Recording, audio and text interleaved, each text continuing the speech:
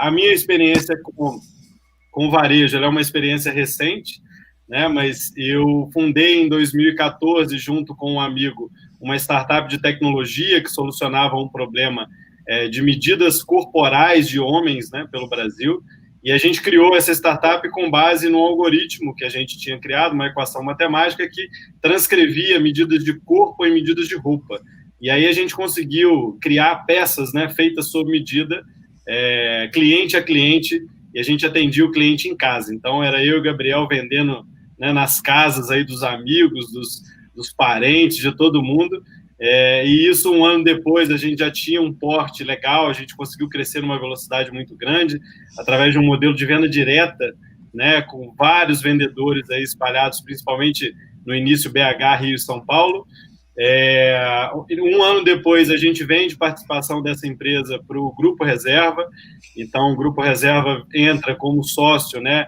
E a gente cria juntos aí a oficina, né? Com a nova marca, né, do grupo, isso em 2017. E aí a gente começa, além de um processo de expansão no modelo de parceiros, né? Que é esse processo de venda direta pelo Brasil. Hoje a gente tem 500 vendedores. E a turma de loja, que a gente começou a abrir algumas lojas, né, da própria oficina aí pelo Brasil. A gente tem 2 hoje no Rio e uma em São Paulo. Então, a gente veio aí de um processo, né, de criação de um negócio, né, meio físico e meio digital, por, né, já ter nascido na era online, né, então a gente acabou tendo um pouco mais de facilidade aí do que a maior parte dos varejistas durante essa crise, né, se bem que, né, assim, não sei se tem como falar facilidades nesse momento, né, mas a gente teve um pouco menos de dificuldade. Eu queria contar uma história aqui super legal. Eu sou de uma cidade super pequena que chama Cataguases, no interior de Minas Gerais.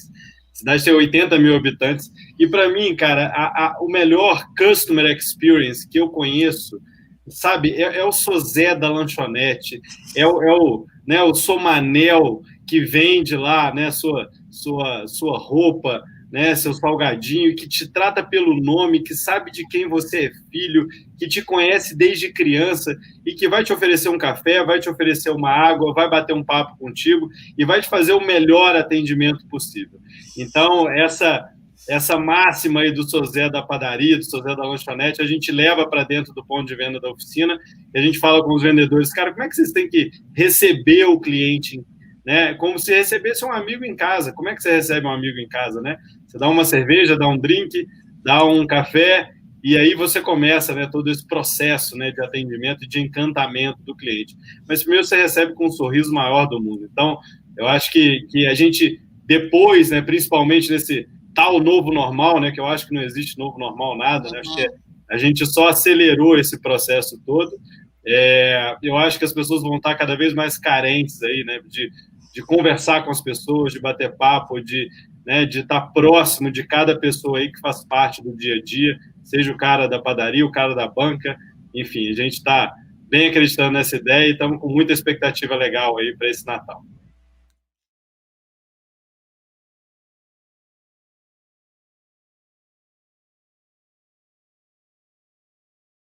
Vamos lá. O Felipe, você me deu ganchos também, bicho.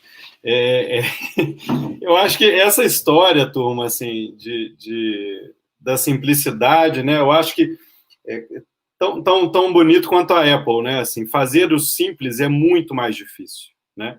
Fazer o simples é muito mais complexo. Então, a complexidade ela está toda por trás, né? Para deixar um front-end simples, né? Para deixar uma plataforma legal, tem que ser muito bem pensado. E pensar, de fato, quem vai consumir a plataforma, e não com os seus anseios, as suas experiências, né? Então, eu acho que isso facilita muito, né, a vida. E tem uma coisa também sobre esse ponto, né, sobre as marcas e tudo, e que o Bruno falou muito bem também, que existe uma parte que é o cliente que vai definir, né? Então, a gente procura estar muito próximo do cliente final. Acho legal essa história do Bruno aí ter assumido o saque, né? Enfim, porque é vivenciar o cliente ali, a realidade, né, de tomar porrada muitas vezes, né, o tempo todo, e eu procuro sempre estar na loja. Então, né, a gente nunca é o empreendedor que está atrás de uma planilha de Excel. A gente sempre está na loja, sempre está próximo. Eu montei meu escritório praticamente, agora que eu mudei para São Paulo, montei meu escritório dentro da loja da oficina nos Jardins. Então, isso para mim é muito legal. Então, assim, eu fico captando muita coisa e muitas coisas que vão passando por ali, porque os clientes falam, né? Enfim. E aí tem um ponto também que vem do empreendedor, que é, cara, a gente precisa arriscar também, né? Muitas das vezes o cliente não sabe o que ele quer. E tem aquela frase, né, do Ford, que é maravilhosa, né? Se eu tivesse perguntado às pessoas o que elas queriam, elas tinham falado cavalos mais velozes, né? E é meio que isso, né? Assim, quando a gente tomou a decisão de falar assim, cara, vamos montar um bar com a Johnny Walker, né, dentro da loja. Aí a galera da Johnny Walker falou assim, pô, mas é um bar, o que vocês querem? Uísque? Não, não, é um bar mesmo, com barman, com experiência de bar dentro da loja. Ah, mas a gente vai vender para o cliente? Não, a gente vai dar para o cliente. Aí você fala, caramba, cara, esses caras são muito malucos, né? Imagina o custo operacional disso tudo. Obviamente, a gente estava pensando no custo operacional, mas a gente estava pensando no aumento de PA da loja, né? Ou seja, vai vender mais, a gente vai conseguir vender mais peças, o ticket vai aumentar, porque o cara se emociona, e uma outra coisa, o cara fica mais tempo dentro da loja, o que é maravilhoso para essa experiência, né? Ele se sentir bem dentro da loja. Né? É igual eu recebo um amigo em casa, é o que eu falei antes. Então, acho que essa história toda, né, a gente tem que mixar muito bem aí o que a gente ouve do lado de fora e quais são esses riscos que a gente vai tomar, né, para fazer o negócio aí algo realmente inovador.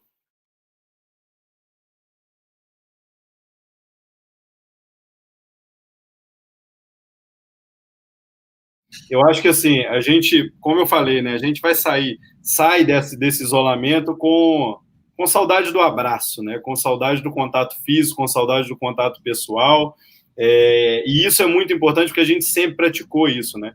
Engraçado que o início da pandemia para a gente, né, diferente um pouco da maior parte das marcas de moda, a oficina ela já nasceu digital.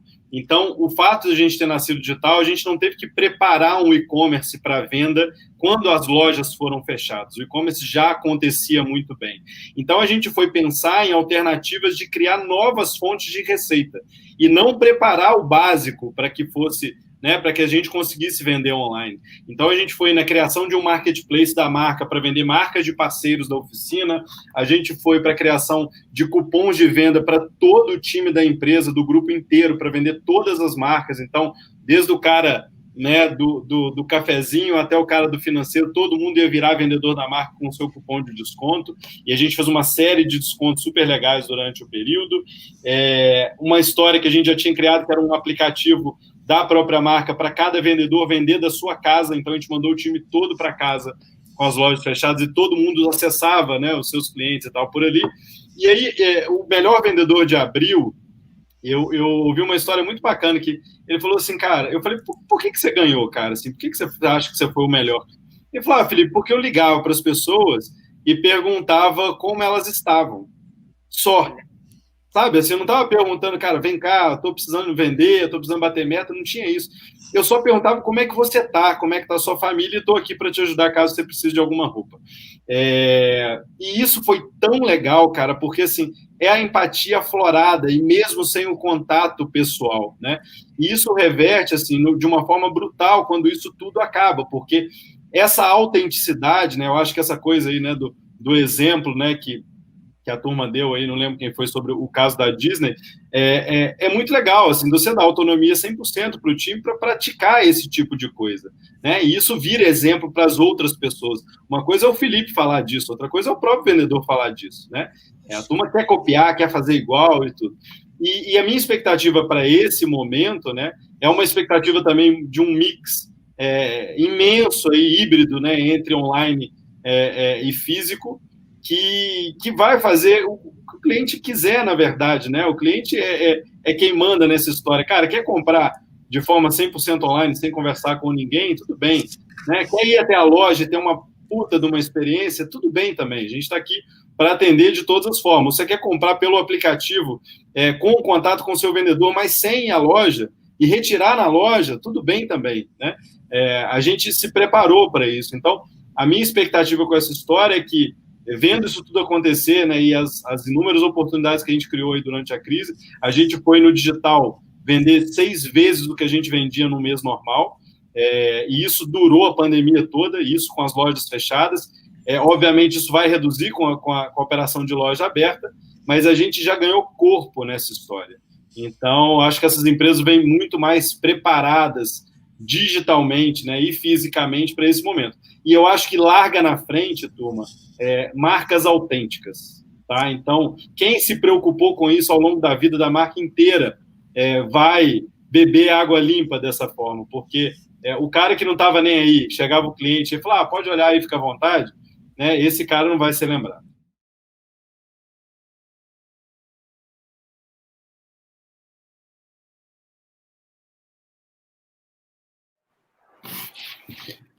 Turma, assim, caraca, é um desafio, né? Gigantesco.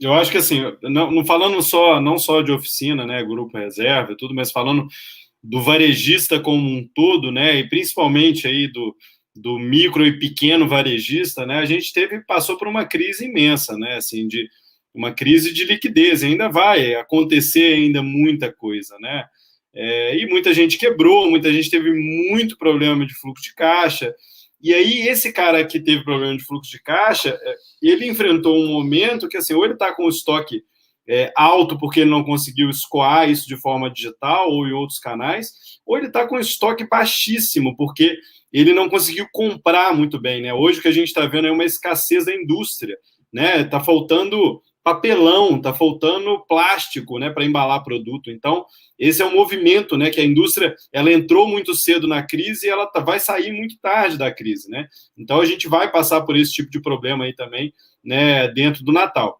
E aí, assim, além dessas questões, né, do estoque, que é o cara chegar dentro da loja e não ter determinado produto, e isso a gente está correndo contra o tempo para que isso não aconteça, né? Mesmo uma marca, né, de básicos que a oficina a gente não tem, né, tanta coisa de coleção, né? A oficina é realmente uma marca básica, então tem todos os produtos o tempo todo.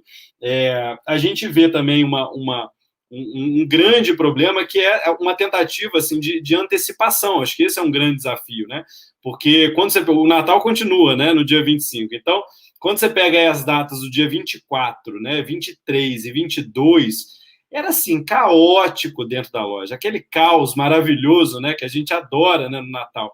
Porque a gente fica na loja o tempo todo e a loja está muito cheia de gente, né? Então a gente tinha controle com relação a roubo, a gente tinha controle com relação à dobra de produto e manter a loja limpa, né, e super bem cuidada. Esse ano vai ser uma coisa completamente diferente. Então a gente tem que pegar uma tentativa, né, de pegar essas datas de aglomeração e conseguir diluir elas ao longo do tempo, fazer com que o cliente venha para a loja antecipadamente, né?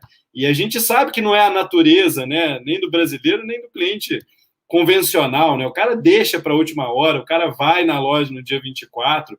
Então a gente está ainda tentando fazer um processo de comunicação que a gente consiga antecipar toda essa história. Então a gente vai começar a comunicar Natal antes, né, bem antes do que a gente já comunicava. Então, focando nessa história, obviamente mantendo todas as regras de segurança, né, todas as regras de higiene que a gente já mantém nas lojas, medindo a temperatura de todo mundo, né, limpando a loja o tempo todo, mas a gente ainda precisa concentrar num processo de vendas que a gente acredita, né, que vai ser um pouco mais diluído. Sofrer, todos os varejistas vão sofrer, isso falando no ponto físico, e a gente quer dar todas essas opções digitais para que o cara, se não quiser ir na loja, tudo bem, ele vai receber o produto dele ali, mas mesmo assim tem que ser de forma antecipada, porque a gente não tem confiança, né, na logística do nosso país. E esse é um grande problema para a venda digital.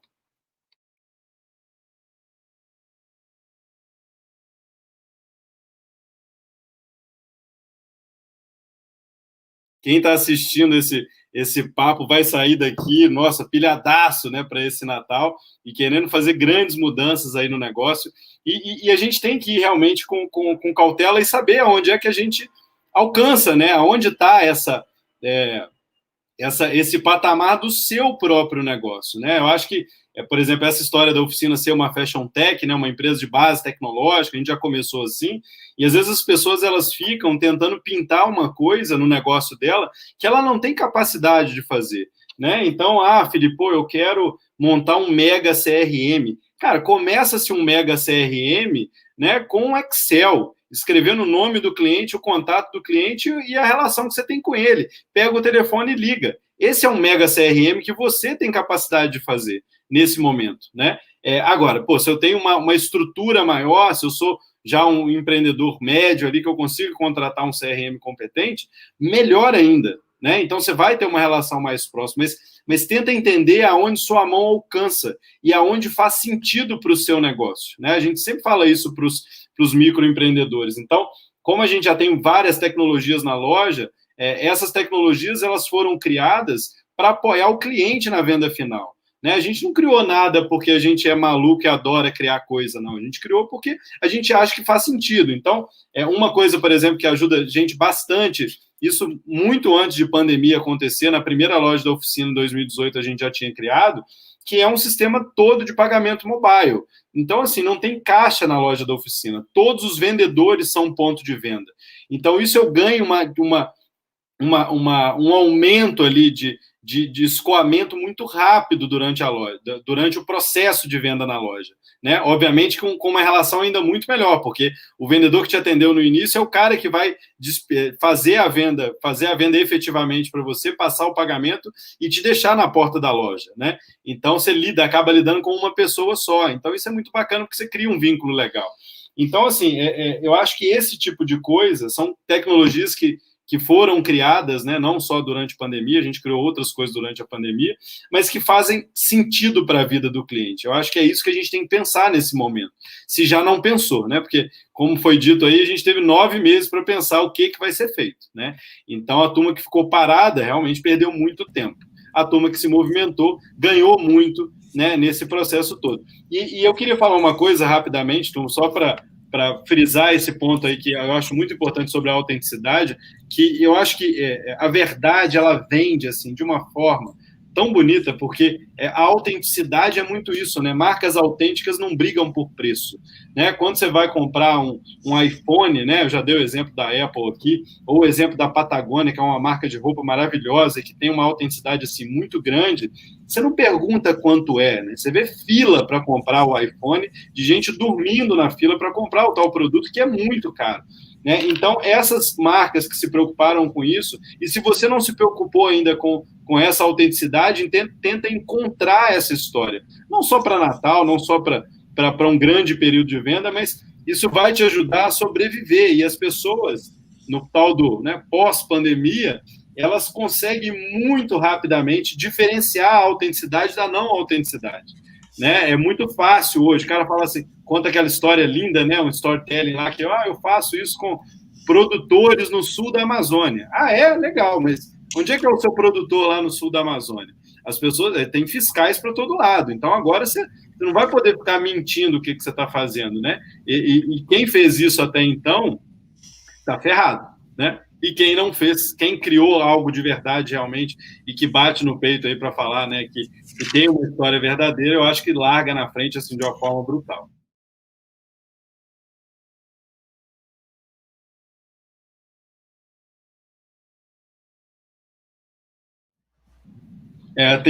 O Cris, tem um amigo que ele falou assim, a gente fez uma série de lives, né, pela oficina com empreendedores e tudo, com o intuito de ajudar, né, o micro e pequeno empreendedor nesse processo. Isso como a gente começou em março, né, realmente no início da pandemia. E aí ele falou assim, Felipe, eu ouvia muita gente dizendo que, é o Pedrinho Salomão do Rio, eu ouvi muita gente dizendo que para o mundo que eu quero descer, né? O mundo parou e as pessoas estão com medo de descer, né? Quando ele dá esse exemplo, ele fala muito sobre o autoconhecimento, né? E muito que o Felipe falou aí sobre essa autoexperiência, né? Coisas que eu quero viver, coisas que eu não vivi tão bem esse ano, e mais do que isso, assim, coisas que eu negligenciei durante muito tempo também, né? Então, eu acho que, para mim, fica muito isso, assim, essa coisa de perder a relação social, né, a relação pessoal, você acaba olhando e falando assim, cara, quais são as minhas relações reais sociais, né? O que eu tenho que rever dentro de mim para que eu consiga viver melhor, para que a minha família consiga viver melhor, né? E eu acho que isso se transfere assim para o varejo, né? Quando eu brinco essa história do que não existe novo normal, e para mim de fato não existe. Eu não sei quem já viu aquele filme aí, o Clique, que é com Adam Sandler, né? Que o cara tem o controle da vida, e ele dá fast forward da hora que ele quiser, ele faz o que ele quiser. E ele perdeu vários, eu dando um spoiler aqui do filme para quem não viu, mas ele perdeu vários momentos lindos assim da vida dele, momentos de dificuldade e momentos lindos que ele poderia ter vivido, e depois ele sente um arrependimento absurdo daquilo. Isso do ponto de vista da vida. Do ponto de vista do negócio, o que aconteceu foi exatamente isso, né? Todas essas tecnologias já existiam, né? O digital já acontecia, né? A inteligência artificial já existia, né? O que aconteceu foi um processo de aceleração. É meio que um fast forward no início, né? E fala assim, cara, ó, peraí, você que não se organizou até agora, se organiza rápido, porque senão você vai morrer. Né? E aí todo mundo, dos empreendedores, começaram a olhar para dentro dos seus negócios, tiveram tempo para olhar para dentro dos seus negócios para conseguir sair, sobreviver, né, e de alguma forma sair melhores disso. Então é assim que eu estou vendo. Acho que a gente sai muito fortalecido, né, desse processo. A gente ainda não saiu, né, o processo ainda está acontecendo, mas com uma esperança assim muito legal de fazer tudo que a gente gosta de fazer, que é estar em contato com o time, em contato com as pessoas, em contato com os clientes, e realmente tem uma expectativa muito grande disso. É muito bom voltar. É muito bom voltar ao ponto de venda, voltar a ter contato, porque eu acho que seres humanos vivem disso, né? Somos seres sociáveis, né? Então, acho que essa é a grande máxima aí para mim.